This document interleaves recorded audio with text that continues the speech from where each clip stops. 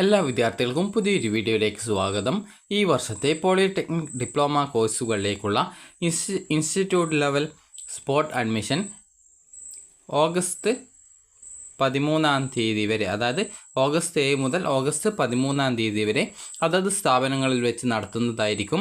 ഇതുവരെ അപേക്ഷ സമർപ്പിക്കാത്തവർക്ക് ഈ ഒരു 1 അതായത് ഓഗസ്റ്റ് 1 മുതൽ ഓൺലൈനായിട്ടോ സ്ഥാപനങ്ങളിൽ നേരിട്ട് ഹാജരായിട്ടോ അപേക്ഷ സമർപ്പിക്കാവുന്നതാണ്. അപ്പോൾ വിദ്യാർത്ഥികൾക്ക് 2024-25 അധ്യയന വർഷത്തിലെ സംസ്ഥാനത്തെ സാങ്കേതിക വിദ്യാഭ്യാസ വകുപ്പിന് കീഴിലുള്ള സർക്കാർ എയ്ഡഡ് ഗവൺമെൻറ് കോസ്റ്റ് ഷെയറിംഗ്, അതായത് IHRD അല്ലെങ്കിൽ CAP, അതുപോലെ LBS അല്ലെങ്കിൽ സ്വാശ്രയ പോളിടെക്നിക് കോളേജ്, അതായത് സെൽഫ് ഫിനാൻസ് പോളിടെക്നിക് കോളേജുകളിൽ 31/7/2024 മുതൽ ആരംഭിക്കുവാനിരുന്ന സ്ഥാപനാടിസ്ഥാനത്തിലുള്ള, അതായത് ഇൻസ്റ്റിറ്റ്യൂട്ട് ലെവൽ സ്പോട്ട് അഡ്മിഷൻ 7 മുതൽ, അതായത് ഓഗസ്റ്റ് 7 മുതൽ ഓഗസ്റ്റ് 13 വരെ അതത് സ്ഥാപനങ്ങളിൽ വെച്ച് നടത്തുന്നതാണ്. ഇതുവരെ അപേക്ഷ സമർപ്പിക്കാത്തവർക്ക്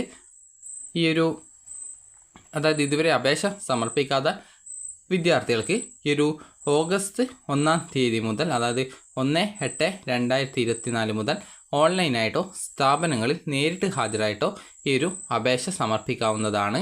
അപ്പോൾ വിദ്യാർത്ഥികളുടെ വിദ്യാർത്ഥികളുടെ 1ാം വർഷ ഡിപ്ലോമ ക്ലാസ്സുകൾ, അതായത് 1ാം സെമസ്റ്റർ ക്ലാസ്സുകൾ ജൂലൈ 29 ആരംഭിക്കുന്നതായിരിക്കും. അപ്പോൾ വിദ്യാർത്ഥികൾക്ക് ഇവിടെ ഈ ഒരു കൗൺസിലിംഗ് രജിസ്ട്രേഷൻ ഡീറ്റെയിൽസൊക്കെ നൽകിയിട്ടുണ്ട്. അതായത് സെക്കൻഡ് സ്പോട്ട് അഡ്മിഷനോടെ ഏകദേശം സീറ്റൊക്കെ ഫില്ല് ചെയ്യപ്പെടാനാണ് സാധ്യത കാണുന്നത്. അപ്പോൾ വിദ്യാർത്ഥികൾ 1 മുതൽ നിങ്ങൾക്ക് ഇതുവരെ അപേക്ഷ സമർപ്പിക്കാത്ത വിദ്യാർത്ഥികൾക്ക് പുതുതായിട്ട് രജിസ്ട്രേഷൻ ചെയ്യാവുന്നതാണ്. അപ്പോൾ ഇവിടെ വാക്കൻസി പൊസിഷൻ ജസ്റ്റ് ഒന്ന് നോക്കാം. അപ്പോൾ വാക്കൻസി പൊസിഷൻ എന്നുള്ളതിൽ ക്ലിക്ക് ചെയ്യുക. ക്ലിക്ക് ചെയ്യുന്ന സമയത്ത് നിങ്ങൾക്ക് എത്ര വാക്കൻസി ഉണ്ട് എന്നുള്ളത് മനസ്സിലാക്കാം.